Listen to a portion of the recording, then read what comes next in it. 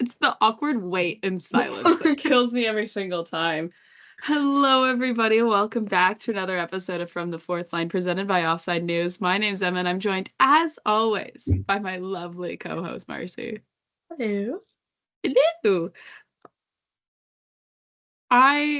Ignore what my voice is doing. You know how in last episode, how I made a joke about hay fever and seasonal allergies? Yeah, you did. I remember it well. Um, I'm slightly mildly concerned that I've started either I'm sick, in which case, Joseph Wool, you have my apologies for making fun of you for getting sick at the end of April, Yes. or I've started cutting grass basically every single day for the past week and a half and have developed a grass allergy in that time. Yeah. In which case, apologies to me. In which case, apologies to Marcie. Either or, last episode makes me look really, really bad. It's what you Hey, get. it's not for my hockey opinions, and that's all that matters. Good point. So let's just jump right into it. It's so bad that we have to talk about this stinker of a game before we can talk about Game 6 and like everything good. Oh God, yeah. I kind of blocked this game out. Like, It's actually physically impossible for me to block this game out of my head. Yeah. I don't know how I've done it. I think I've been busy. I think that's quite helped. At least you weren't there in the building. Yeah. So, yeah, Game 5, Toronto. I was originally always going to go down with friend of the show, Randy. Friend of the show. Friend of the show. We were gonna go down to the tailgate. We had gotten tailgate tickets through, Robert from SDPN. Shout out to Robert from SDPN, who I doubt is listening to this. Best friend. But Robert is SDPN's community manager and then also does the subtitles on Steve Dangle's LFRs. Gave us 2 extra tickets to the tailgate, so Robert's a legend for that. And we were going down with Kenny, who got the fan belt for Game 6. Yeah. So if you don't know who Kenny is, what are you doing on Leafs Twitter? And then also Jackie, who I had gone down for Game 1, who, again, we love Jackie. So we had all gone down, the 4 of us, and we were going to go to the tailgate, and we were prepared to battle it out in the rain. It had been raining all day. We were like, we'll stick it out. We'll sit out in the rain. I was like, my Joseph Wool jersey will get wet. That's fine. I can live with the consequences of my actions of not buying a rain poncho. But then we're like spending some time in the tailgate, and we're in line at the Ford activation thing where you can get like merch and stuff, and we're like, dope, okay, cool. When Randy checks her phone and they have like 2 missed calls from Ford Fanatics, who Ford Fanatics does, like, they give away tickets every game. They have that Ford fan deck in the 600s. And Randy's like, oh no, because they had entered the contest to win tickets. And they were like, oh no, what have I done? I've missed them calls. So she's like DMing them back, being like, is it too late? Is it too late? Sorry, I missed your calls. Like, I'm from Nova Scotia. I came to Toronto for this game. Also came to visit me, but yes, also the Leafs. Priorities. They don't need to know. Like, yeah, I've like come all this way, like, and they're like, yeah, we were like, don't worry, you're still good in time, like, all good, just send us your full name and email address and we'll get them sent to you. And then Randy's like, wait a minute, do you have any way you can give me 4 tickets? Again, pulling the I've come from Nova Scotia sob story, because they were like, how am I supposed to pick one out of the 3 of you guys to go in there and leave the other 2 outside the building? And it turns out that Ford was also like giving away 2 more tickets to just people in line at the activation, and not knowing that we were sitting in line for the activation, not knowing that Randy is the same person in line standing next to Kenny, who they were going to pick for the tickets. Like, not knowing, and then they realized, and they were like, well, we'll just, because you guys are all together, we'll just give you the 4 now. So like we're in Legend. line and everyone else in the line is going like, we're like freaking out, and everyone like the people around us in line is going like, what's going on? And we're like, we got to keep it like kind of low key. We're like, oh, nothing. And we like get out of line. It's kind of obvious what's happening because we get out of line of this activation and like hang out in around like around the back of this Ford trailer, like the Ford Fanatics trailer. So we get, anyways, we are going in the building. It is the first time I've gone inside that building for a Leafs game in almost 10 years. Damn. Crazy. So I was like, oh my God. It's like, oh. But it was so cool. Like we were in the 100s for warm-ups. We just like stood in someone's seats. And that's when you FaceTimed me. Yeah. And the thing is too, is like we were like not going to tell anyone. Like we were like not gonna tell anyone, but we were like we were like, oh, it'll be crazy. Like because everyone like Twitter, I say everyone. Yeah. The people who follow us on Twitter and stuff knew that we were there for the tailgate. And then we're like, wait, we'll not post anything of us getting tickets to go inside until we're inside the building, and we're going to go, hey, guess what? They let us in here. Which is also crazy because we walked in and we had the whole time this feeling of, why the fuck did they let us in here? Like, who allowed us to be here? They let you loose. They let us loose. I was wearing my Joseph Wool jersey. They let me inside the building. Oh God. Right? Like, who let us in? Who let us in here? So we're like, oh my gosh. So we are like sitting waiting for warm-ups in the 100 section. And that's when we call Mar. I literally am like, wait a minute, Mar doesn't know we're in here. And what perfect timing. I had just left the cinema after seeing Revenge of the Sith, in which I was, and I could tell you were emotionally dealing with a lot because the look on your face when you picked up was like, what the fuck is going on? I just left and I was kind of stood there because bear in mind, this was like almost, it was like 11:30 p.m. at this point. Yeah. It had been a long day. And I just leave and I'm stood outside just thinking, I need a drink. I am tired. I need a drink. I've just sat there and really, really hoped it didn't end the same way it always does. Spoiler alert, it was the exact same. I thought we were brothers, Anakin. Done. You were supposed to defeat the Sith, not join them. Sorry. I'm gonna stop quoting Battle this far. Continue. You're gonna make me cry. I will. You cry at the Battle of Mustafar? I tear up. We do not have the same viewing experience when we're watching the prequels, eh? I'm halfway on the verge to tears because I'm laughing so hard. I'm a prequels defender till the day I die. I'm sorry. Sorry, continue. I have a yeah.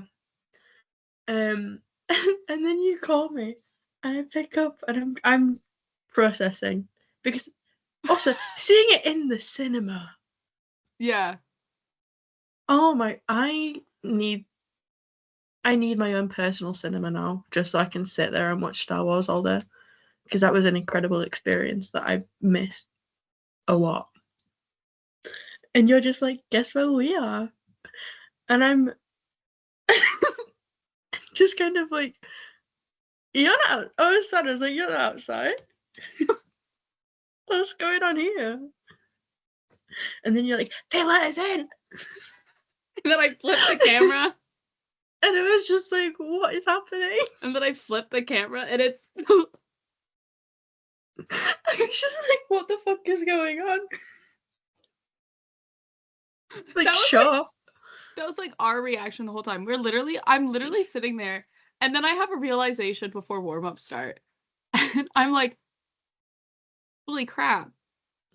We're in the Matthew Nice Joseph Wool catch corner. Yes. And Brandy goes, yeah, we are. Priorities. Like, oh my God. Because I never got to see that in person when they came to Ottawa because Matthew Nice was hurt with his concussion. Shame on him. Shame on him. Shame on Zach Whitecloud. Shame on them both. Did they not know? But so I didn't get to see it when they were in Ottawa this season. I'm like, oh my God, I'm gonna get to see them like be losers together. Our favorite losers. But oh man, I love watching warm-ups. Like it's one of my favorite parts. And I know a lot of people are gonna be like, well, don't you also like watching the game? I love watching the game. I also love watching warm-ups though. Because you can watch the game at home. You can't watch unless you're watching like the Amazon Prime, but even then, like it's not the full experience of like getting to watch warm-ups and like seeing every player go through their different routine. It was really cool. I just love warm-ups. I will say, as someone who's gotten so used to the lighting in the CTC, that is absolutely terrible. I love the lighting in Scotiabank Arena. It is incredible. I haven't had to edit any of the photos that I've taken from warm-ups because they're all so well lit. Meanwhile, the CTC, I have to go in so heavy with the editing that it looks ridiculous because they're all yellow.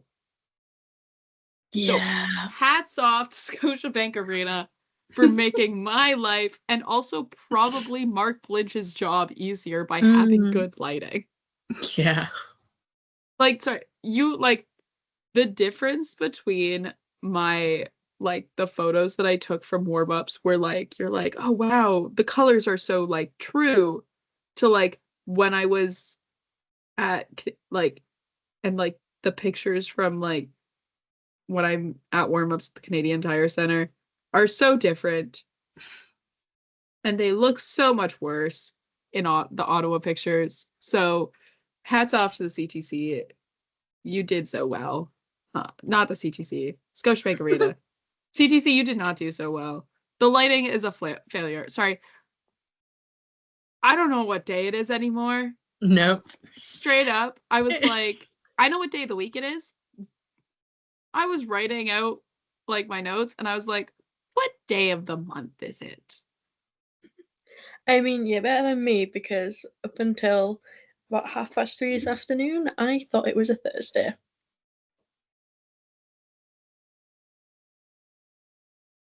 Yeah. I was fully sat and my mum was texting me about the football and I was like, it's Thursday. What do you mean? And then Oh man. I was like, I checked I was like, oh, it's Saturday. Yeah.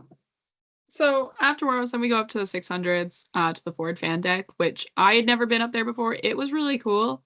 A lot of people are gonna be like, wow, that's so high up, because you're like above the 300s. It's up the 600 levels. I like being high up, because I like being able to see the entire ice.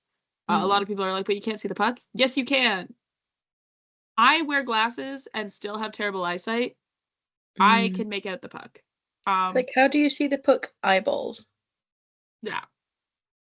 Also as well, it was really fun. I kept trying to like look over into the because we were kind of on the same level as the press box. I kept trying to look into the press box to be like, do I recognize any beat reporters? I was like, David Alter, can I spy you? David. So where's Wally? Yeah, where's David Alter? But yeah, then the game started.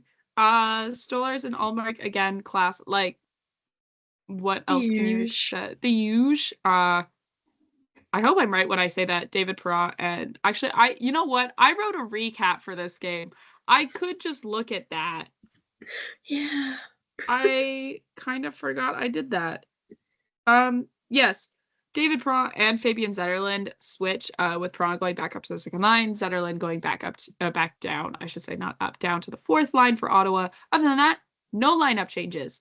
And I will say, and I think kind of the biggest unspoken, and we've spoken about it a little bit. And if you read my Ottawa Senators recaps for Offside News, for the playoffs, I've mentioned it quite a bit. The line matching that goes on, Mm. specifically by Travis Green, who wants specific lines matching up against certain lines of Toronto's way more than Craig Berube ever cares about it, because Yeah. you can tell based on who has home ice and like last change, which I think was like a bigger advantage this series than the crowd, because when Ottawa got last change, they were able to be like, oh, Matthews line out on the ice. Okay, Shane Pinto's line goes. And Mm. Travis Green was running that, whereas like in the games in Toronto, he didn't have that. And so he Yeah. wouldn't have last change, so he wasn't always getting the preferable matchups.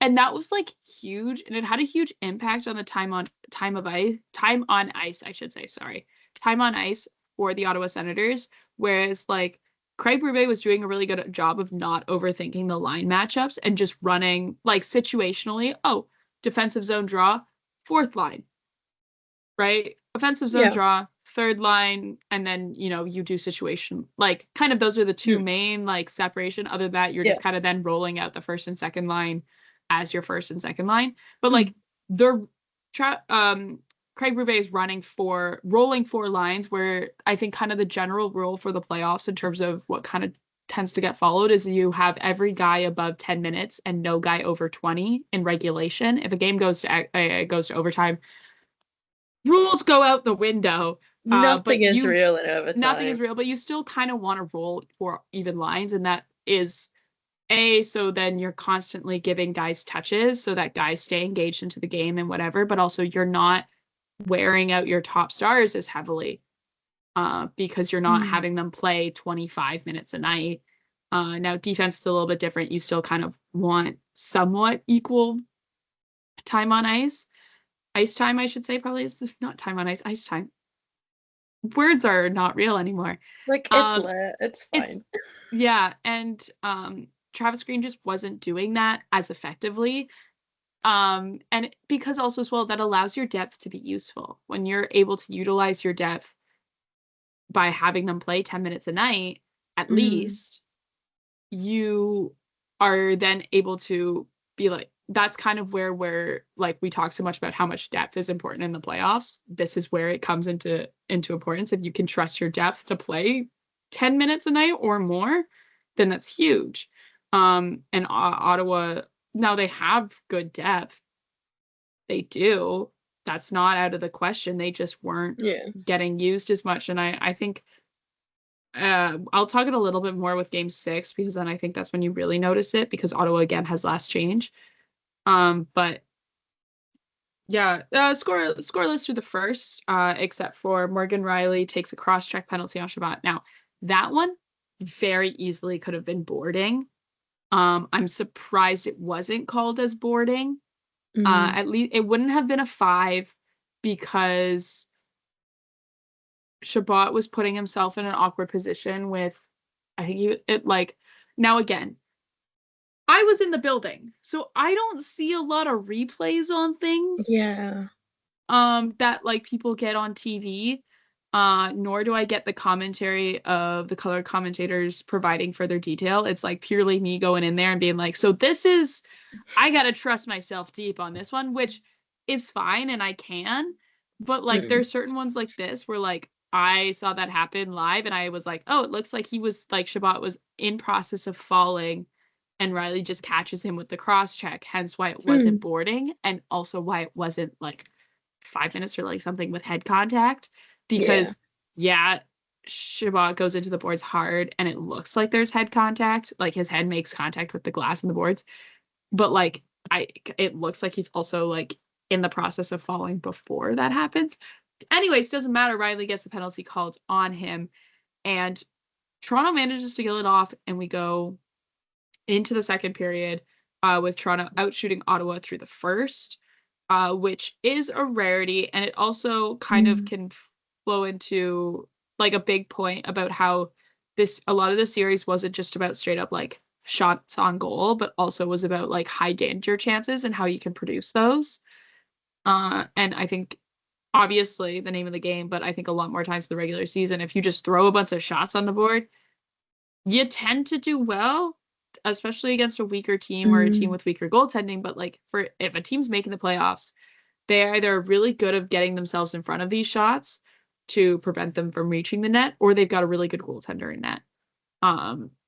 So shots on goal like don't really mean much, but I think high danger chances mean more, in which through this game Ottawa ended up leading with 14-8 through during this game in those.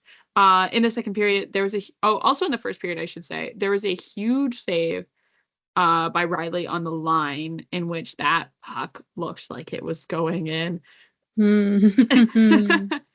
Very similar to the Jake McCabe one in game 2. Not game 2. Is it game 4? Yes, in game 4.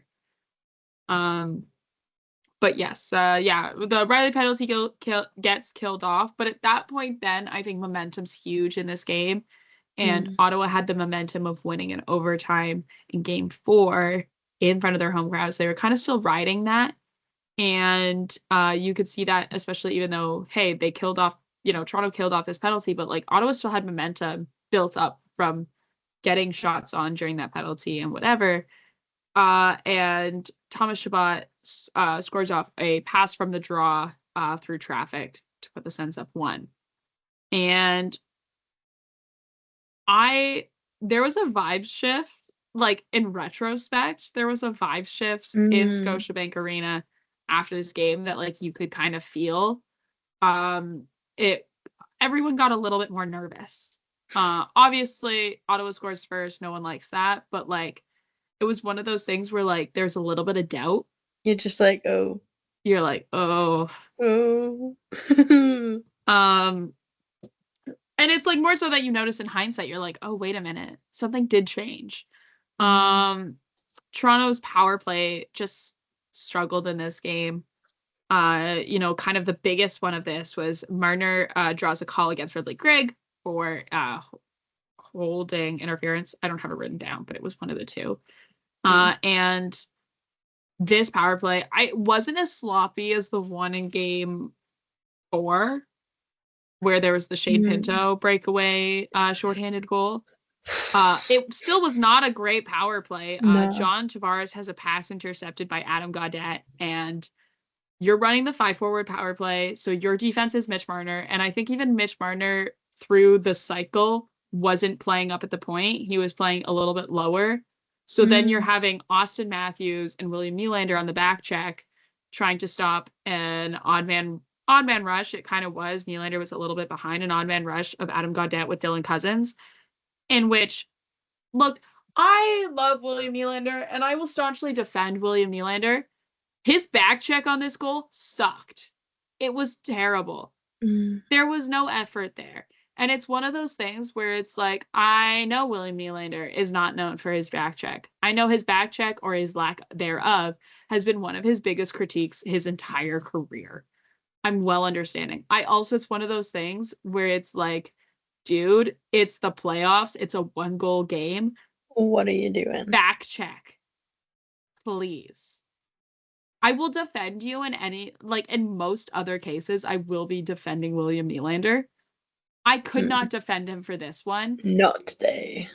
I was like, dude, like, you don't have a defenseman on the ice, so someone has to do it. You're right there.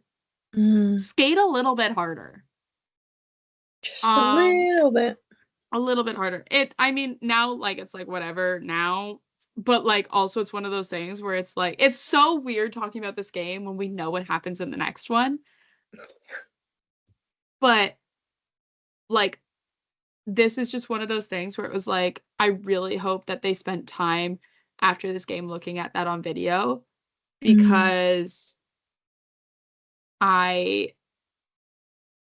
don't, not that I don't like it, but it's like one of those things where it's like, you can't do this against, it all worked out, whatever, in the series against Ottawa, but like, there's other teams where that will kill you in the playoffs. Yeah. Including the one you're facing next. But yes. Then So, and at that point, like there was guys sitting behind us that were like, if Ottawa gets another one in this period, like team's done, like game's over. Um, and that's true. Ottawa would then go on to score 2 empty net goals, which like I have no details written about this. They don't count, okay? Because they count on the score sheet, yes, and they count towards the player stats. But in terms of like, hey, did Ottawa's big stars show up in this series in the ways that you expected them to? Hey, did was Toronto's goaltending good enough to match Ottawa's? Hey, like, sorry, if we want to judge Anthony Stolarz' performance, you can't take into account these 2 empty net goals. No. If you like, even if you want to take into account like the team's defensive, which wasn't great. I mean, okay, no, I can't even fault no, because there wasn't even a defenseman on the ice for the shorthanded goal. So like, what can you say against them? Like, if we want to accurately critique the performance of Toronto's blue line, really, there's one goal, and it's a Thomas Chabot shot through traffic. Yeah.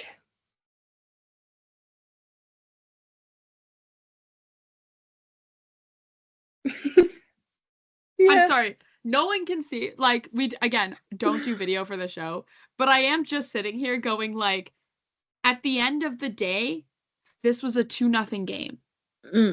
Sorry. My big take is that, yes, empty net goals, like, count, but, like, if you want to evaluate a team's performance, then not towards that. I don't care. I remember Auston Matthews' 69-goal season last year where, like, he didn't get an empty net goal until, like, goal 51 or something. Which is wild. It was, like, March, and they were like, so that's Auston Matthews' first empty net goal of the season. And we're all going, what?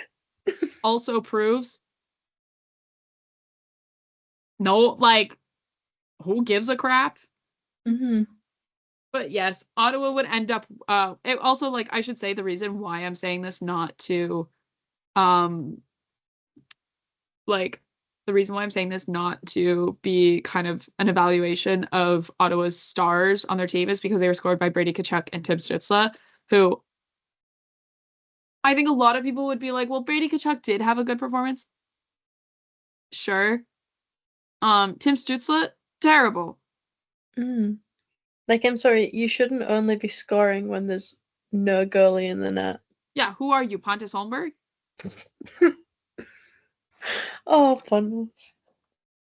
Sorry, Pontus is taking shots. I promise I'm about to compliment Pontus Holmberg in the next 20 minutes. You said justice for Pontus. What did he do to deserve this? But yeah, Ottawa would win 4-0, which means still the last time I've seen the Leafs win a game in person was December of 2023.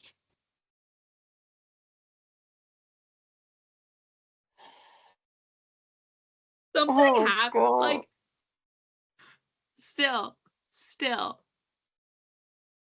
You know how long that's been? So long. Anyways, that probably will be the first and only time I'm ever inside Scotiabank Arena as a fan watching a Leafs playoff game, because I don't think I'll ever be able to afford those tickets. Got in there for free, which I think, like, had I paid to be there, I would have been pissed off. Ooh. I was upset, but I wasn't mad. I was just sad. You were just like, oh. I didn't pay to be in there. I paid for my beer, and that's it. We got free popcorn. Yeah. Nice. Like, the only thing I paid for that game was my beer. But it's like, if you're paying an arm, a leg, and your firstborn child to go watch the Leafs lose like that in the playoffs. Why do you think my mom's like, oh, I got an email to buy tickets to round 2? I looked at the prices. It was like $400 for obstructed view for a seat. And I was like, no, thank you. I will be watching from home. Like, I've been hurt by the Leafs before. Imagine paying that for an obstructed view. Imagine paying that for an obstructed view and them losing 4-0. Because you had I think paid my to bank be there. account just shuddered. I know. But yeah, again, I think NetFront if I presence had, has if I paid that much, I would have turned to the dark side. yeah, NetFront presence has been huge in this one. I also will say it after that first empty net goal, the building cleared out. I have a picture of like, I think it's like right after the second empty net goal, and it's empty. Ouch. Sorry, I feel like I have to sneeze. I hate being sick. This is the worst. Sick Oh, or allergies or whatever seasonal going on in my allergies. sciences. Oh. If it's seasonal allergies, I'm gonna be so mad because I've never had seasonal Can we just like allergies wave before. my antihistamines at you? But yeah, NetFront presence was huge in this game. On to game 6. A bit of a better game. A little bit better. Little bit. Just a little bit. On to game 6, back to Ottawa. Game 6, Allmark versus Dollars. Other than that, no lineup change. I was in a bar watching this game with Randy. We had a great time. Shout out to the guy we met at the bar who was also there watching the game and had worked in Chicago as a craft beer like salesman. He literally would go around to bars and be like, "Hey, try this craft beer. You want to put it on tap in your bar? You like this beer? Yeah, here, let's drink it together and try it." I need to be best friends with this man. He was really nice. Bestie. But yeah, so through the first inning, again, trying not to lose, but the first seems fairly even. Actually, I should, you know what? I'm gonna put it now instead of talk about it at the end of the game. Before the game even started, we almost had the worst thing ever happen to the Toronto Maple Leafs because there was a lineup mix-up between William Nylander and Alex Nylander, in which Alex Nylander was very briefly on the starting roster, the lineup sheet for the Toronto Maple Leafs because the Leafs had called up a long list of Marlies this past week because the Marlies were eliminated from the playoffs. And so they called up a bunch of Black Aces, including Alex Nylander. And it's a computer system where you and the funniest thing about this is they were asking Craig Berube about it after the game, and he was laughing telling the story. Yeah. He was like, it's because so what they do is they have to do it electronically. So you literally search like if you put in like NYL, and he probably was like Nylander to go put in William, not like kind of forgetting that hey, all those guys that you also called up are now on your active roster, and therefore also will now like be in that system. And he goes Nylander and clicks the first thing. Again, not realizing that it's Alex because it goes alphabetically then by first name, and A is above W. Oh, really? For those who did not pass kindergarten. You learn something new every day. And went and hit Alex. Now the thing is anyone, either like a ref, like officials can point out the mistake if no one noticed. If it gets noticed by puck drop by anyone on the team or officials, you can change it. As long as no one notices after puck drop, then you get a penalty. Like if the Ottawa Senators noticed, they were like, "Hey, this is A Nylander. That's W Nylander on the ice." Leafs would get a penalty, and they'd have to put in Alex Nylander. Like William Nylander would not be able to play the game. So officials caught the mistake, probably going, "Look at this guy wanting to start Alex Nylander and not William." What's he on? And made the switch, and the switch was fine. But this isn't like the first time. I remember it was this season where there was a mix-up with the starting lineup where like Craig put it was the starting lineup and he put the wrong name in and then he complained about it because it was like, oh, it's a computer now. We didn't used to have this problem when everything was handwritten. We used to be a proper country. We used to do things by hand. Now it's all these new fangled computers. But like, which is fine. Like, I can see his mistake. I understand why you'd want it to be electronic. Also, at the same time, I kind of wish this was one of those things that you kept paper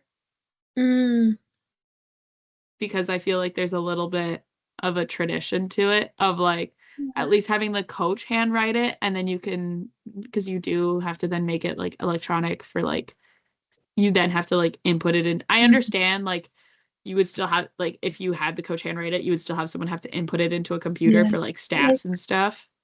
vibes and whimsy. Maybe also so this mistake never happens again Mm. because it could go a lot worse. Oh dear. That would have been something else. Yeah. But onto the game. The first period, pretty back and forth. I mean, you could very much obviously tell now that Ottawa has last change in this one. The line matchups, I'm sorry, it was so predictable to the point where like I'd see like Matthew Nyes on the ice, like not even Matthews. I'd see Matthew Nyes on the ice, and I'd go, okay, Shane Pinto's lines out there. Like, so it was predictable to the point that I think it was almost detrimental to the Ottawa Senators because Toronto had more options in terms of how to utilize their depth by just not entirely caring about like yes, Craig Berube probably had line matchups that he wanted to use and that he thought were optimal that he wanted to put out there, but also he could just roll his four lines without having to overthink it as much as Travis Green was trying to like be like, oh, Matthew's line is out there, okay, Shane Pinto's line go. But like, Yeah. you know what I mean? Like that sort of thing. Mm. But yeah, so but first person until Brady Tkachuk takes a penalty for interference on Brandon Carlo. And Toronto's power play gets to work with like I have my note on this goal is Matthews threads the needle along the ice, does not do it justice in the like 6 inches of space in the net that he had to shoot at that also Matthew Nyes was standing in front of. And it's quite hard to see around Matthew Nyes. Man, Steve Dangle in the LFR, like I wish we could put pictures up because Steve Dangle, this is me going, hey, Steve, go watch Steve Dangle's LFR, if not only for the way that he like shows the pictures of Matthew Nyes' screen on this goal, because it's the way that he's positioned so perfectly that Allmark looks around the one side and then when he goes to look around the other side and is behind Matthew Nyes, that is when Matthews takes the shot and Allmark can't see it because Matthew Nyes is 6'3" and 227 pounds. Large. He's large, he's huge. This was another thing where it was like after this game, there's been this huge like debate among certain analytics circles on Twitter, like about like, is Matthew Nyes like worth the contract he should be paid by the Toronto Maple Leafs? And I'm sitting here going like, guys, guys, so for real. Guys, there's so many times where there's a goal that's happened that Matthew Nyes doesn't get a point for, but it happens because he was the screen or he was the guy taking away the eyes of the goaltender or the eyes of the defenseman or the stick of the defenseman because he was just being big and annoying in front of the net, or he'd go into a corner and win a puck battle. Like, he's always at the scene of the crime. Quite literally, yes. And also as well, like he's been playing more on the penalty kill now this season than he did last year. Like, just he's become like a true top line player for the Toronto Maple Leafs and should be paid like such. And I also am of the belief of I've seen too many top line left wingers that play with Marner and Matthews leave, and then we struggle to find a replacement. I'm sorry. Nazem Kadri, Zach Hyman, Michael Bunting have all left, and it's like Why are we Learn going to when you run that risk learn. with Matthew Nyes when he's younger than all of those guys in Mm. their first season on that left wing side with Marner and Matthews? Arguably, I think like is also big. Like I think kind of the big comparison that a lot of people are pulling was Zach Hyman specifically, because they kind of are very similar types of players. Matthew Nyes is bigger and younger. Mm. It's like that like younger and more Yeah, beautiful I was thing, literally like, Matthew Knight is younger and more beautiful. which is also true. Yes. Than Zach Hyman. So like, Oh, and like Zach Hyman's like 50 goal season that he had in Edmonton is never going to happen again. no. So, but like I would have to look back and like I could probably do it actually right now if I look Zach Hyman up on Hockey Reference. Um Zach.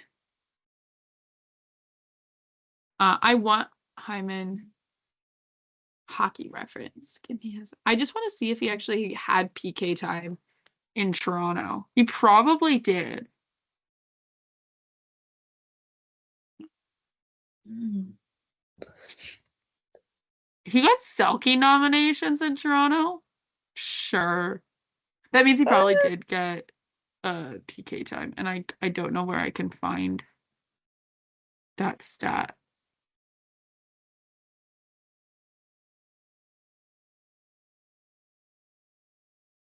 Hmm.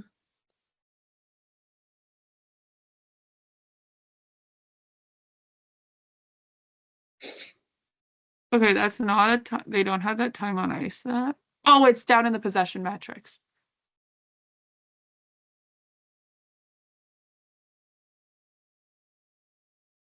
Okay, he did get PK time, but like not. Then he like hasn't really gotten any in Mm. Edmonton. That's why. Okay, he hasn't really gotten much in Edmonton. And that's why I was like, oh, has Zach Hyman played on the penalty kill? Because and people are gonna be like, because I can't fully remember what was it like 6 years ago? Yeah. Is Time when flies. no, because what it was 2021, and then 2022 he was in Edmonton because we only had Michael Bunting for 2 years. And that was 22, I miss him. 23, and then he went to Carolina. Yeah. Buns, come on. Again, but like Matthew Nyes is on the penalty kill and he's huge. But yeah, Matthew Nyes, not only did he have the screen, he had the perfect timing on the skate lift because this book was right along the ice. Like if Mm. you watch like the close-up replay of it, Matthew Nyes lifts his skate, Yeah. so the puck just slides right underneath it. Oh, Again, this it's much of space on beautiful. the net that Austin Matthews was shooting at, which is ridiculous. So stupid. And the Leafs get on the board first. But yeah, Matthew Nyes, like, man, Matthew Nyes, like, this guy is made to play in Matthew the playoffs. nice. There was an article in The Athletic that I think was posted either today or yesterday. I read it today. I read it this morning. That was about Matthew Nyes and kind of like his improved, like increased role and how he's built for the playoffs and how he fits so well into the Craig Berube system that he's getting trusted more and he's on the top power play unit, which he didn't start there this season. Um, and there he's getting time on the penalty kill, in which they literally it's so bad. This article is like Matthew Nyes, who wasn't always known for the highest hockey IQ when he was drafted, is like, so you're calling him dumb again. Yeah, again. But it was really funny because then they were like, oh, Matthew, who's like his brother Phil, who like played 5 years NCAA and then a year in Slovakia, was a huge PK specialist, which I had no idea Mm. about that Phil Nyes was a huge PK specialist. I didn't know that. Oh. Sorry. I'm more familiar with his work in the Adidas commercial. Huge fans. Huge fans of the Adidas commercial. Show It To Me 2-3 has entered my lexicon. Yep. But it was really funny because it was like, oh, Matthew Nyes like is taking like tips from him and like kind of, you know, talking to him about how to get better on the PK and like how and then it goes on to be like, oh, and like Phil Nyes got really good on like how to use his size. I'm like, what size? Size and reach. And I was like, what size? Because much love to Phil Nyes. Phil Nyes, if you ever look at a picture of Matthew Nyes and Phil Nyes next to So each funny. other, Phil Nyes is like considerably shorter by like He's several just inches. 2 apples tall. He's like 5'11", which is, I guess, still pretty big. Actually, I want to double check that he is 5'11". Fit up nice. Yeah, no, he's 5'9". I beat him Oh, to bless it. him. Phil Nyes, you're welcome. I said you were 2 inches taller than you actually were. He's 5'9". Oh, bless him. I don't know if this weight on his... No, because 5'9" is still what it says on his elite prospects. I don't know what if his weight on his DB page is accurate. No, because yeah, it says that he's only 170 pounds on elite prospects, which I'm going to assume is at least somewhat accurate because he played in Slovakia. So like that's somewhat recent, right? Like it's not like his like first year university weight stat. But also like, Yeah. sorry, can we just talk about the Hello. comparison between the two Nyes brothers?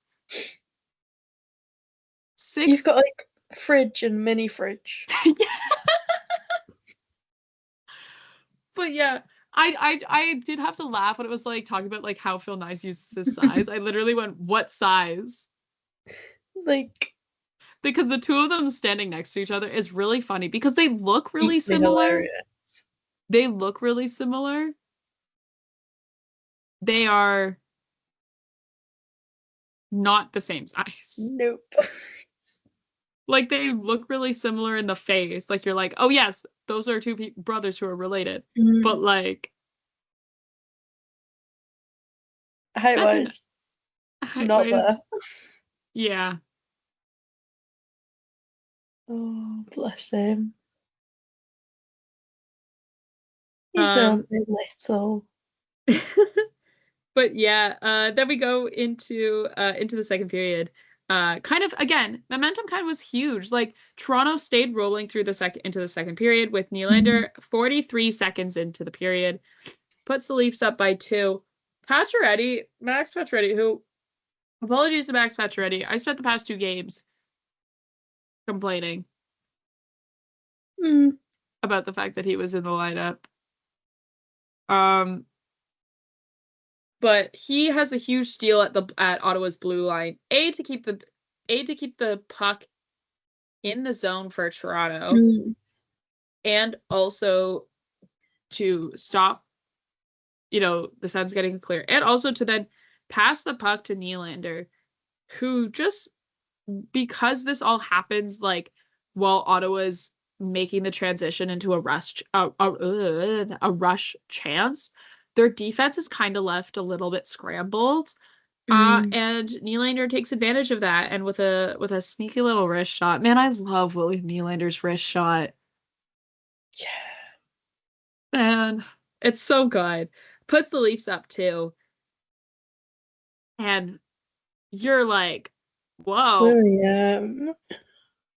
But that wouldn't be too long. But Brady Tkachuk gets the tip in off of a shot from Thomas Chabot to put the Sens on the board.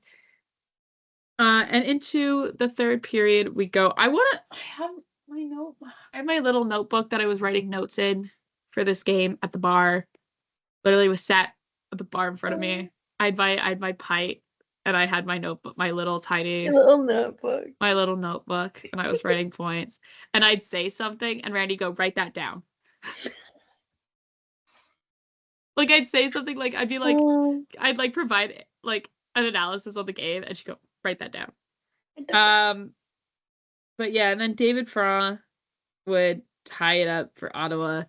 And at this point, the nerves set in. Like, honestly, I saw this go. I was like, this Sens tied it up 2-2, and I was like, oh, I know where this is going. And We're I gonna don't like it. we're gonna go into overtime. Ottawa's gonna lose. And we're gonna go to game 7. I had it all playing out in my head. I could see the tweet from Sens fans. Oh I my could God. see the headlines. I could see the articles that were being written. In like just I could see it all going. But 2 minutes later, Max Pacioretty I will never say anything bad about that man ever again. wearing number 67 Because of course. because of course, Max Pacioretty gives the Leafs the lead, make it 3-2. Huge assist from Nylander and Pontus Holmberg. Again, this is where I said I was like, give me 20 minutes. I'm about to compliment Pontus Holmberg. Love you, Pontus Holmberg has Pontus. a huge assist on this where he wins the battle behind the net to pass it to Nylander. And also as well has the screen on the goal as like has the huge screen. So hats off to Pontus Holmberg. Like, okay, he hasn't really been on the score sheet all that much. But like He's been there. he's been there, and I actually don't know what his plus minus stat is. Hold on.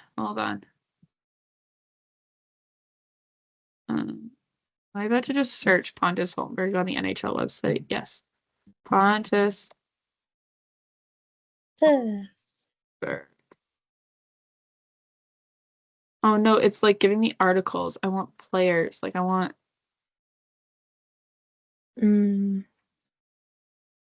like realizing I'm like kind of like oh, it's like player spotlight. I'm about to search Pontus Holmberg when like the player spotlights are like Alex Ovechkin, Sidney Crosby, Connor Pontus McDavid, Holmberg. and I'm like Pontus Holmberg. I just want to see what his plus minus stat is. Oh, he's a +2 in the series this year. Yay. Yeah, like he's either.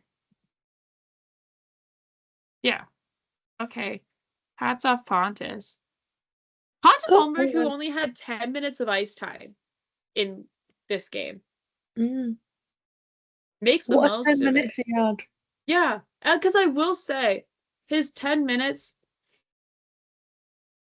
in this one were really effective.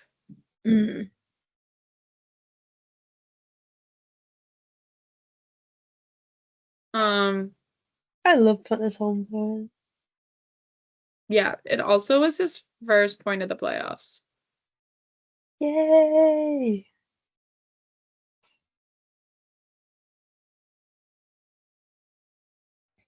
Huge day for Holmberg Nation.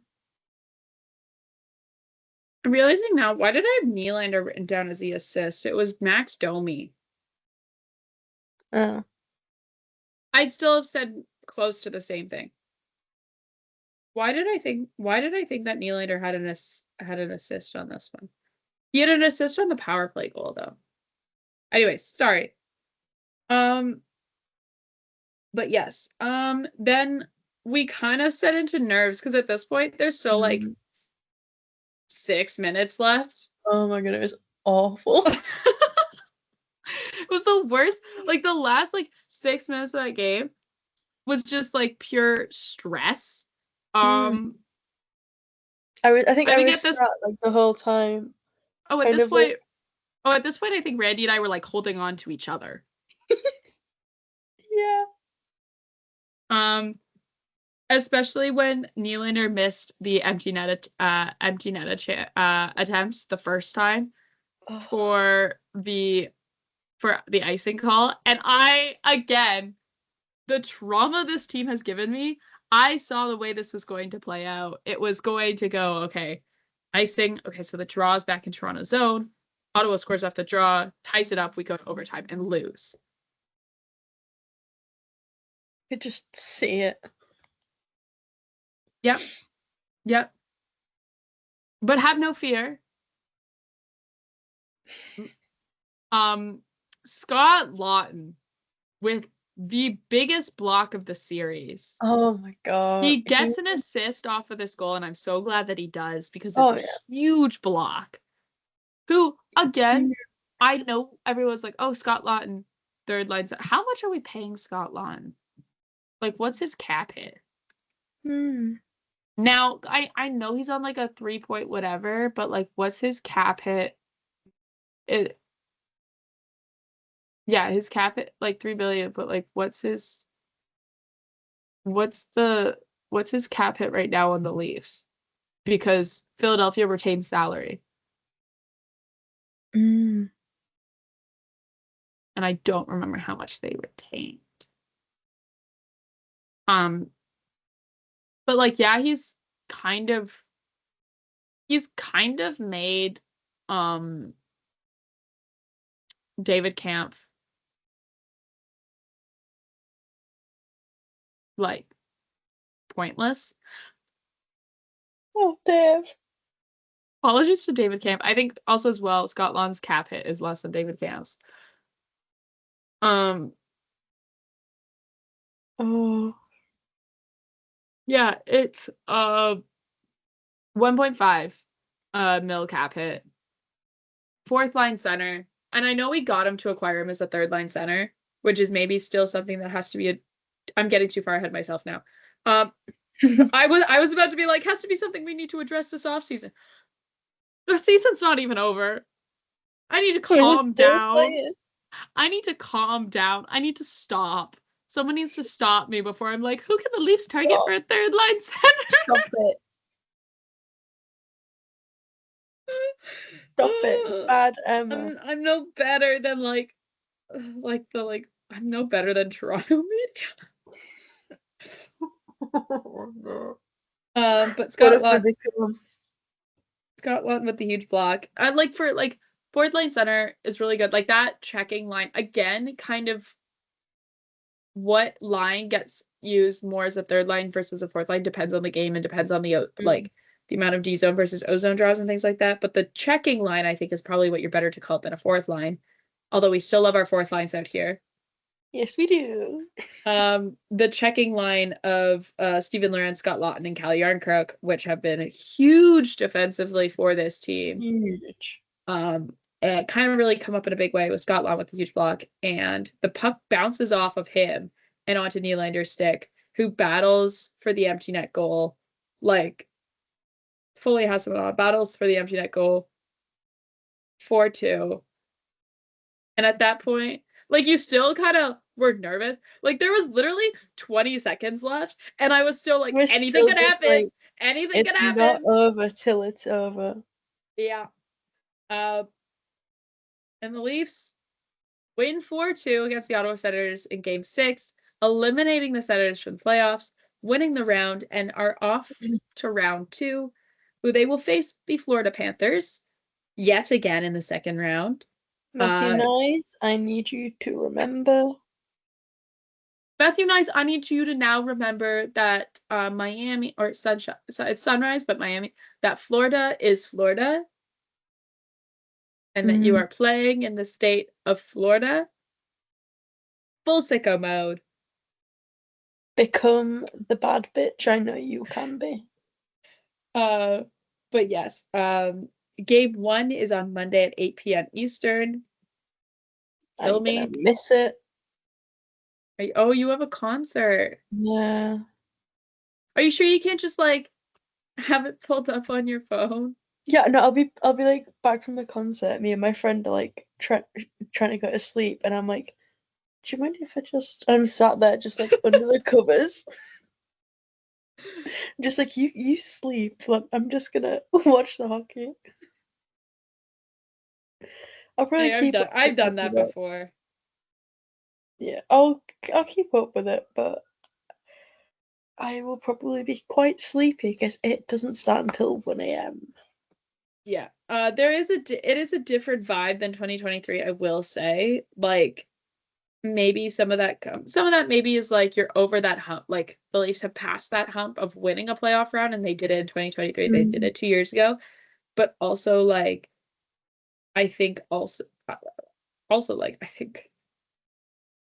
I think also some of that comes from the stability of Craig Berube behind the bench. Like, he's not turning 50 Shades of Purple like Sheldon Keefe was in the playoffs. Like, there's a little bit more of that calmness that I think then the whole team feeds off of like, hey, we know how to play our game. We're going to keep playing our game.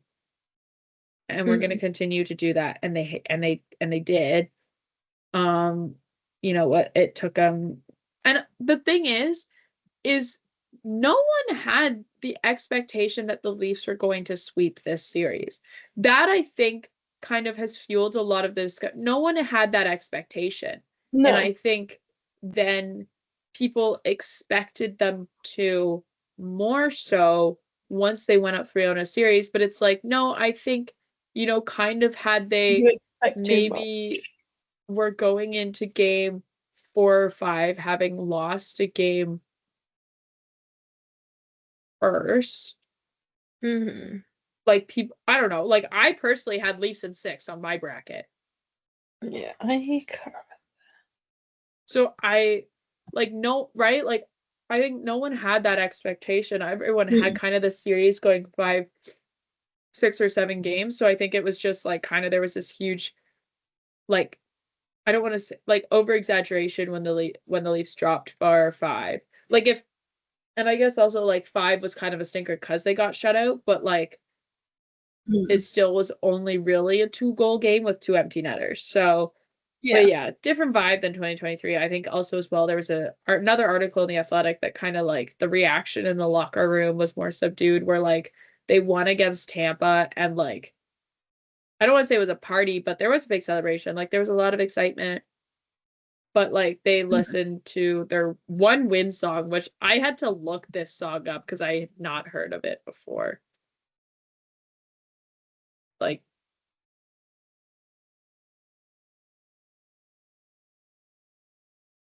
I I Oh yeah, sorry, I've just got to my bracket. I had Leafs in 6. look at us go. Look at us got the shared brain cell. Truly, Really, yeah. We had a very similar bracket, but like we did. I'm trying to find I did send a screenshot and not what? On my bracket so far, 67% correct.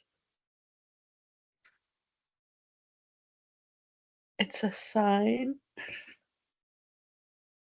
My I don't actually I know my whole Eastern Conference is correct. My West is very much not.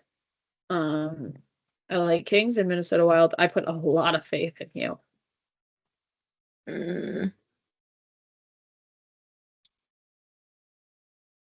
I love when you look up like 20 like the NHL bracket challenge. It still says like 2026. Like if you Google it, it still goes 2020, not 2026, 2016. Sorry. I need to look at how right my bracket is. I'm realizing now I don't think I ever made one in our official like from the fourth line bracket league. I think I only did it in. Oh, mine's also 67% correct. It's a sign. It's a sign. I did expect Tampa and Florida to go to 7 games, and then I saw the list of injuries come out of Tampa, and I was like, oh, actually, never mind. I can see why they did not take it that far. Yeah. But yeah, Leafs will play Florida. 8 p.m. on Monday is game 1. That is because of the NHL draft lottery taking place Monday at 7 p.m. Eastern. We will see which team will have the chance to draft Matthew Schaefer first overall. I will say it will like every team that has a chance to win first overall pick does not necessarily need Matthew Schaefer. Matthew Schaefer, I think if it's basically any team except for Chicago or I'm trying to think of Chicago basically will draft Matthew Schaefer because Chicago does not need another young defenseman. They have too many young defensemen right now. They will be taking they'll be taking Michael Misa.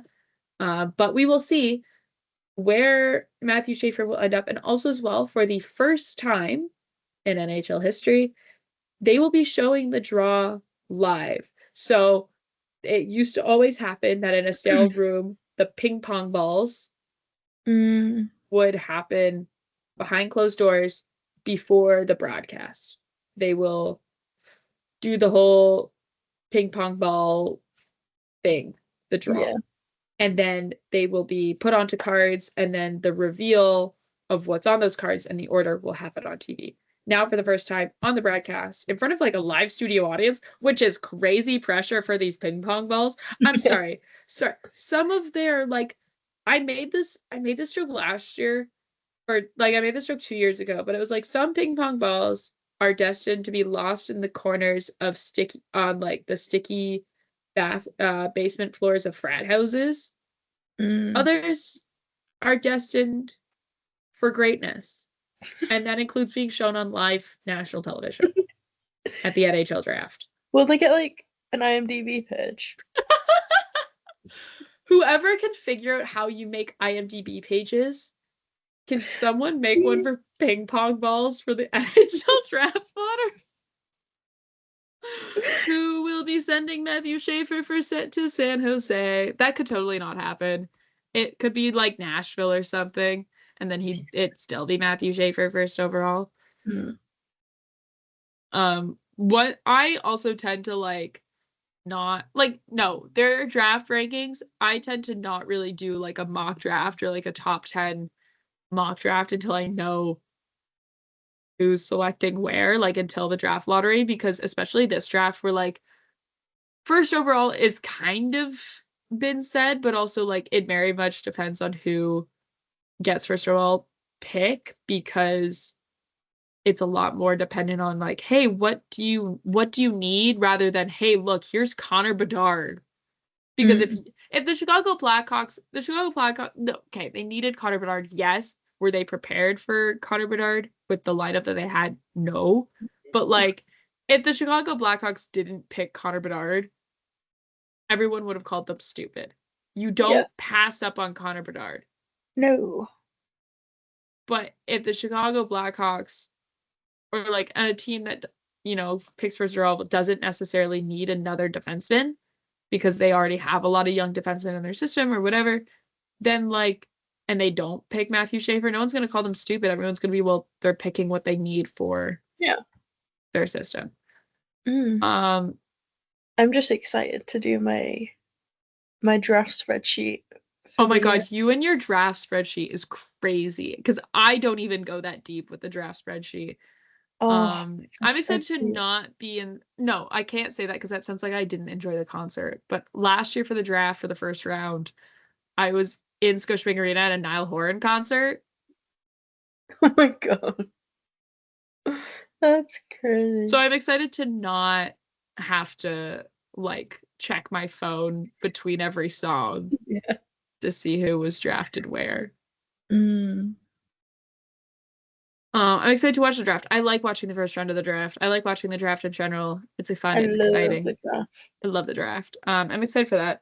But yes, I'm also excited for the draft lottery. I will be tuning in because I'm not going to go anywhere. I like work the next day. So, and then Leafs in Florida route. So stupid. Sorry, AP. I'm all mad. It's all Matthew Schaefer's fault. It's not Matthew Schaefer's fault. He hasn't played a game. He hasn't played a game since World Juniors. The Leafs are playing at 8 p.m, so I blocked Matthew Schaefer. It's all his fault. Yeah. In other playoff news, Washington and Carolina is the other round two in the series in the Eastern Conference, with Washington and Carolina both. Washington beating Montreal in 5 games, and Carolina doing the same to the New Jersey Devils. Sheldon Keefe playoff hockey continues to be the same. Like literally, I didn't. Sheldon Eminem meme here. I didn't watch a lot of the Carolina New Jersey series because I think a lot of time I couldn't be asked.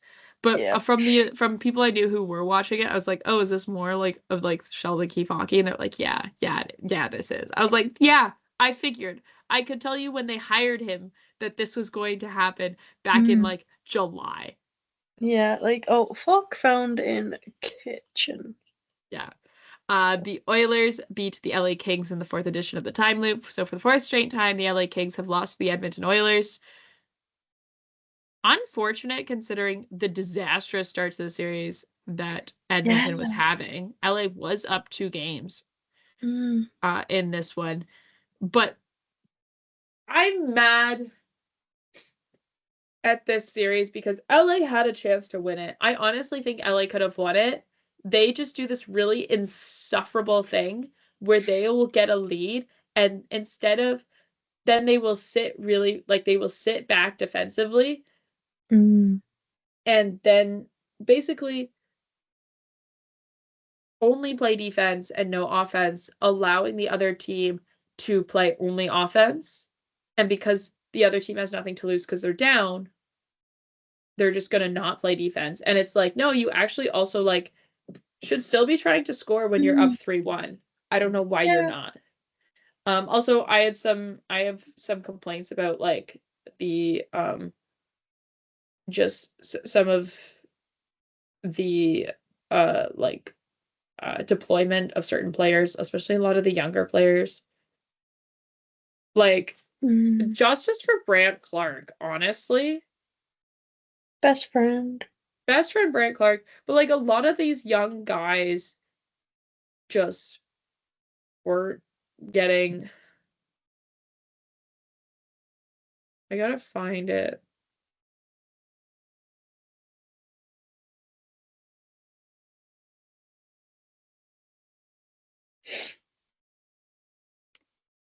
Yeah, here you go.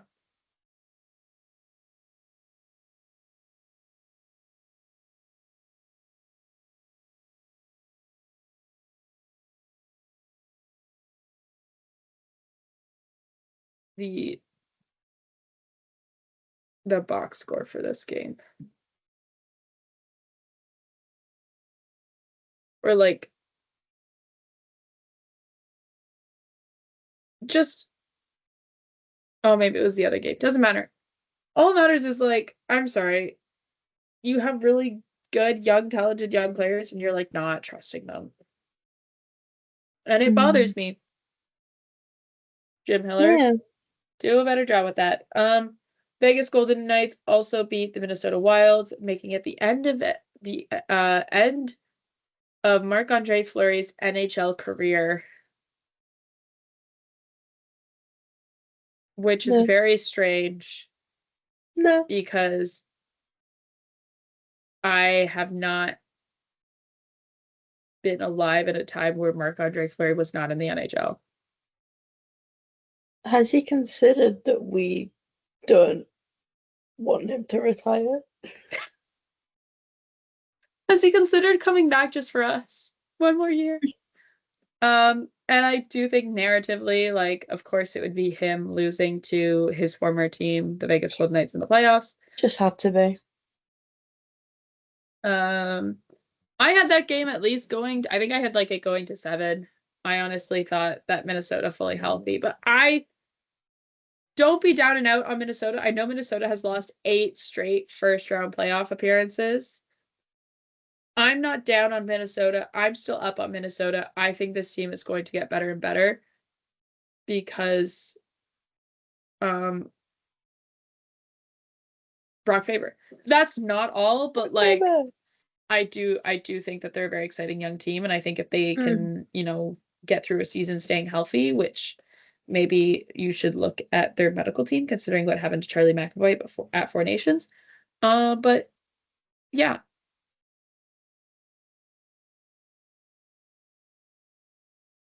In the terms of the series that are still ongoing, Colorado Avalanche and the Dallas Stars are playing their game 7 tonight, like right now.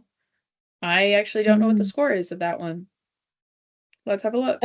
Josh Manson. Shorthanded? Yeah. Josh Manson, shorthanded goal in the year of our Lord 2025. With the assist from Logan O'Connor. Nothing is real. Okay. What do you mean? Sure. That we will find out probably by the time you are listening to this episode. You probably already know who's won this series. And in terms of the other series in the Western Conference that is also going to 7 games, Winnipeg and the St. Louis Blues.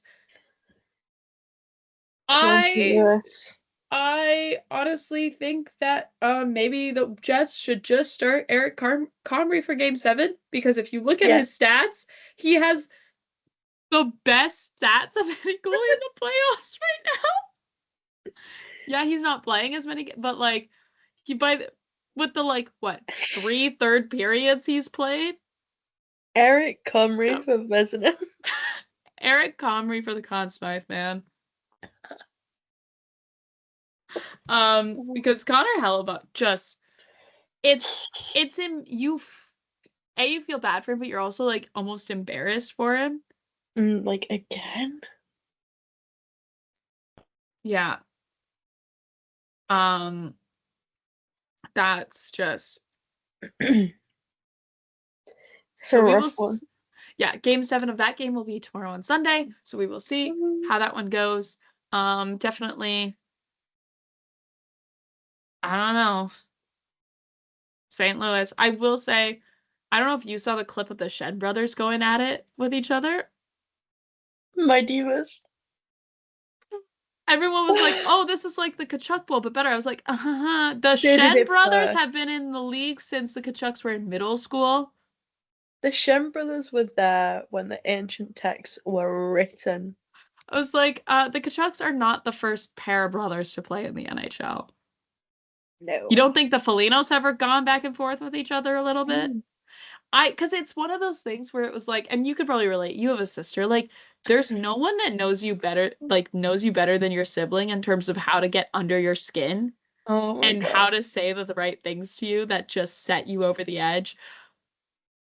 Like, they'll have the best chirps and things like that. They also, like, know everything about you, so they can, like, pull up, like, embarrassing stories and be like, well, you did this when you were 12.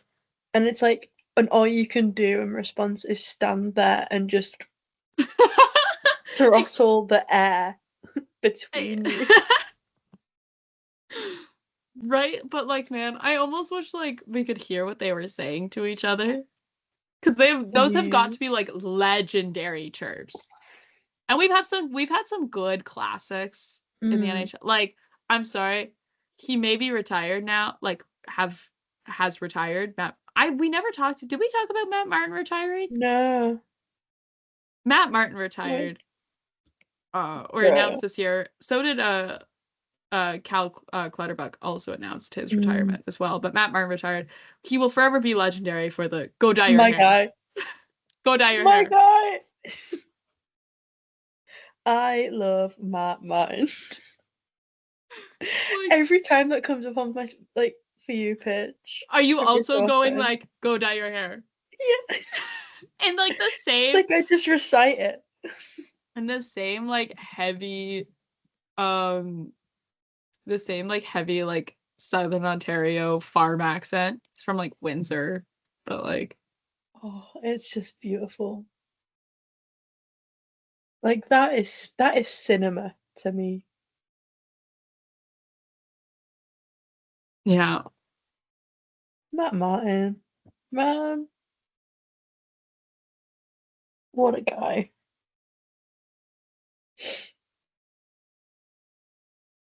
But yeah, so other news, Mike Sullivan, who we talked about was fired last episode, got hired by the New York Rangers. And I laughed heavily. I honestly, not gonna lie, saw that and all of the like, I can't even remember if like New York Rangers fans were like mad or not, but I was like, see, my whole thing is unless a coach is absolutely like brutally terrible at his job, a lot of them to me are like, I don't know, like Mike Sullivan was one of the ones where I'm like, isn't he like good? I don't know. I'm like, my perspective on a lot of coaches are just like, dude, like it's not like Rangers fans were like acting as if it was the end of the world. I was like, dude, like he won You're two a Stanley. Fan. You've got bigger problems than this. He won 2 Stanley Cups in Pittsburgh. I think you have bigger problems than Mike Sullivan coaching your team. I know you have bigger problems than Mike Sullivan coaching your team. Yeah, how are you gonna make the cap work with Igor Shesterkin's new contract. Have we considered that? Hey, New York? Like, Yeah. you have a bigger problem, and it's called Chris Drury. Yeah. Also, as well, Rick Tocchet will not be returning to the Vancouver Canucks next season as head coach, as he declined his option on his contract. That was something we talked about, where he had an option where the team chose not, was like, essentially was like, hey, we're not forcing you to come back by renewing your option, but if you don't want to come back, you can decline your option. Like, you can take your option and come back, and we're cool with that. Or you can decline your option and not come back, and we're also cool with that. Which in that case, like, the way I'd just be like, screw you, and leave. Yeah. But yes, Rick Tocchet has left. We will see where he will end up. I don't know. And like, he's still gonna coach in the NHL, obviously. He's too bold and beautiful. I don't know where he's gonna end up, whether that's Chicago's still looking, Philadelphia's still looking, Pittsburgh is now looking. New York Islanders are reportedly looking, with Patrick Waugh potentially being on the outs there. Where else is there vacancies? There's more. Oh, Seattle is looking. Yeah. Boston could be looking because they're an interim. Wildman in Boston?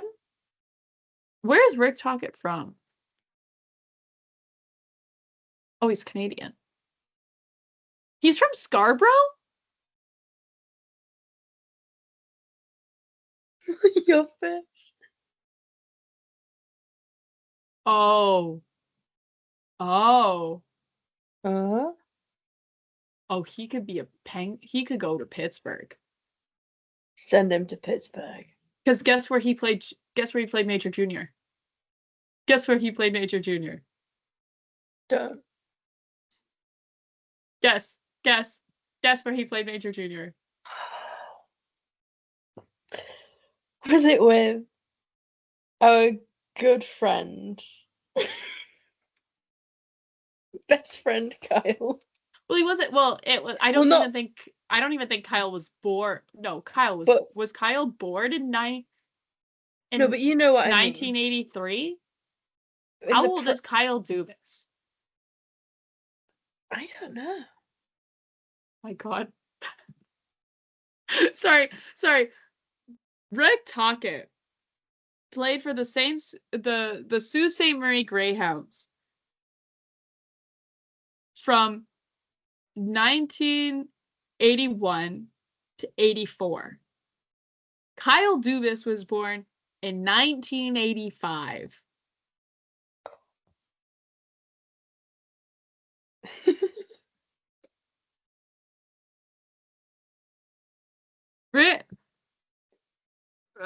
God.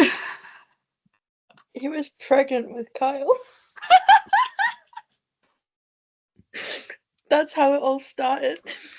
You can't say that. I'm for the record, he was not pregnant.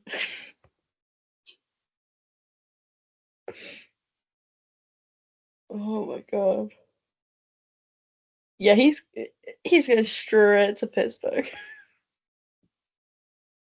He's going back to Pittsburgh. He was an assistant coach there during their 2 Stanley Cup runs. Sending him back. Kyle. Kyle. I honestly think Kyle Dubas would. Oh, yeah. He absolutely would. Yeah, that's a fun one to watch. Is kind of those head coach vacancies. In some other hockey news, the OHL finals are starting this week on Thursday between yet again the London Knights and the Oshawa Generals. Whoa, no way. I'm like, do I try and go to the game? If game in Oshawa, I'm like, do I go for it? Potentially. I say yes. Oshawa's just like so far for me to go. It's all the way across the city. Almost maybe better off going down to London. Um, but yes, that is happening. Easton Cowan and will be facing off against Ben Danford. Besties. Oh, bless you. She sneezed. Yeah, I did. Also in other news, PWHL announced a Seattle expansion team Yeah. for next season, which is really exciting. They will be playing in Climate Pledge Arena. Again, there's not a lot of details on expansion draft and how even draft odds for the entry draft with the expansion with Vancouver and Seattle joining the league will work. We will get those details, I'm sure, eventually. Soon. Also as well, the PWHL regular season has finished as of this afternoon. With playoffs having been clinched on the last day of the season as well for the Minnesota Frost and the Ottawa Charge. Minnesota making their return to the playoffs after winning the championship last season, and Ottawa making their first playoff appearance in the PWHL playoffs. Yay! That's very exciting. My postseason, my playoff coverage for Offside News continues as I will be covering the Ottawa Charge. Woohoo! I do this to myself. I do this to myself. But yeah, it is still, I don't know. Montreal gets to pick who they play as they won the league. They get to pick who they play in the first round. Unsure if it will be Minnesota or Ottawa. We will have to see. Because if Montreal picks Minnesota, it's yet again another Battle of Ontario. Which is really funny because I realize not a lot of people realize that I'm an Ottawa Charge fan. And it's one of those things where it's yeah, the Toronto loyalties run deep. I was just living in Ottawa when they got a PWHL team, so I became naturally. Yeah. But yeah, I'm really excited for the Charge to be in the playoffs. This is exciting.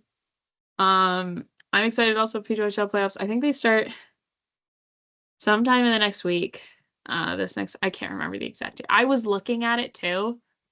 I just don't know. I was actually just looking at a Toronto Scepters graphic.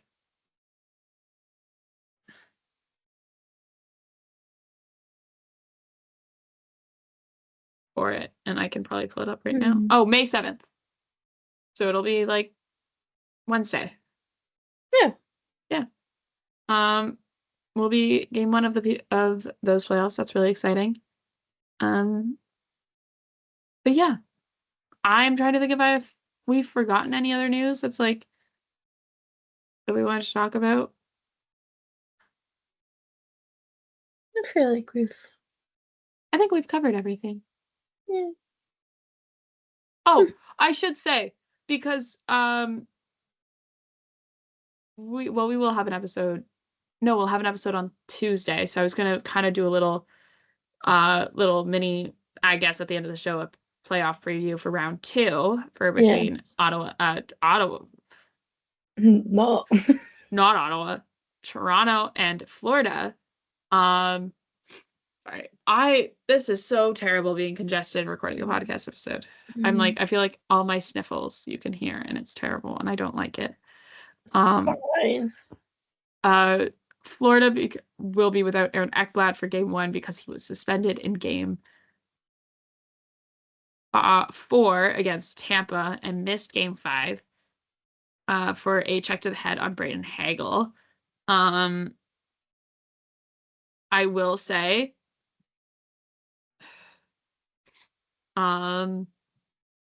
dude got suspended 20 games for PEDs, came back, played 2, and then got suspended for 2 more games. My guy. And it's also one of those things too where I saw the list of injuries that Tampa was dealing with through these playoffs, and I was oh, no wonder you played like that. And I will say, like, that was kind of one of the things I'm really thankful for with the Battle of Ontario is, like, yeah, it was physical and yeah, it was chippy, whatever. But, like, no one at least really got hurt. I think, you know, Mm. I don't know. At least even, like, the injuries that, like, today Ottawa had their locker clean out, like, season end media availabilities. Today, and a lot of guys were like, yeah, I was injured. Like Thomas Chabot and Brady Tkachuk were two guys who said that they were hurt and dealing with something. Yeah. Both of them seemed like issues that they had suffered before the playoffs had started that they were playing through. So, we shall see. we shall see. I mean, I think it's kind of an open secret that Austin is dealing with something. So, Yeah. what that is, I don't know. But also as well, there will be 3 Toronto Maple Leafs facing off against their former team that they won the Stanley Cup with last year. Anthony Stolarz is expected to be going head to head against his former goalie partner, Sergei Bobrovsky. And also Oliver Ekman-Larsson and Steven Lorentz were both Florida Panthers last season. So we will see. Like, I am trying to be optimistic, but also Florida scares me so bad. And a lot of people are like, well, look at the regular season record. I'm like, that didn't mean anything because look at the regular season record against Ottawa this season. 0-3. They won the series. But I think also just Florida's still scary. They have Brad Marchand, and Brad Marchand still terrifies me in the playoffs against Toronto. We've been hurt too many times. We've been hurt too many times at the hands of Brad Marchand. But I also think as well, like, you never know what's gonna happen. But we will see. Like, Florida is not the same team that it has been the last 2 seasons. They've lost a lot of depth through after winning the Stanley Cup, but they had that depth. That depth was there, I should say, the season before as well. Like the season before they won the cup, when Toronto faced them in the second round, they had that depth over the course of 2 seasons. Now they are missing a lot of that depth, and they've gotten some of it back, you know, this season through trades at the deadline and stuff like that. Like, Brad Marchand was a huge get to just kind of shift the lineup down a little bit, so they bolstered that depth in their bottom 6, but it's not the same. No. I think their blue line depth is way different and is not the same as it was in the playoff run. Losing Montour and Oliver Ekman-Larsson was huge. And so, I mean, I am optimistic in saying that, you know what? I think Toronto has a chance. Yeah. Game 1 on Monday. We will see. Yeah. But yeah, I think we're going to end it here. We will be back on Tuesday this week. Yes. To discuss game 1. And everything else that happens in the world of hockey in the meantime. Thank you guys so much for listening. You can find the show wherever you get your podcasts. You can also follow the show on Twitter at From the Fourth Line. That's 4th with the number 4 TH, so you never miss another episode. We are a show that's presented by Offside News. You can find all of Offside News' playoff coverage, including my upcoming Ottawa Charge playoff coverage, because the Ottawa Senators, I actually have one more recap to put out, and then some notes on the end of their season at some point in the next couple of days. So that will happen, but you can find all of that at offsidenewsco.com or on all social platforms at offsidenewsco. But if you really miss us between episodes, we're hilarious. You can find us over on Twitter at 60 Leaves for Marcie, at Pair B1 for myself. In the meantime, thank you guys so much for listening. We'll be back on Tuesday, and go Leafs go!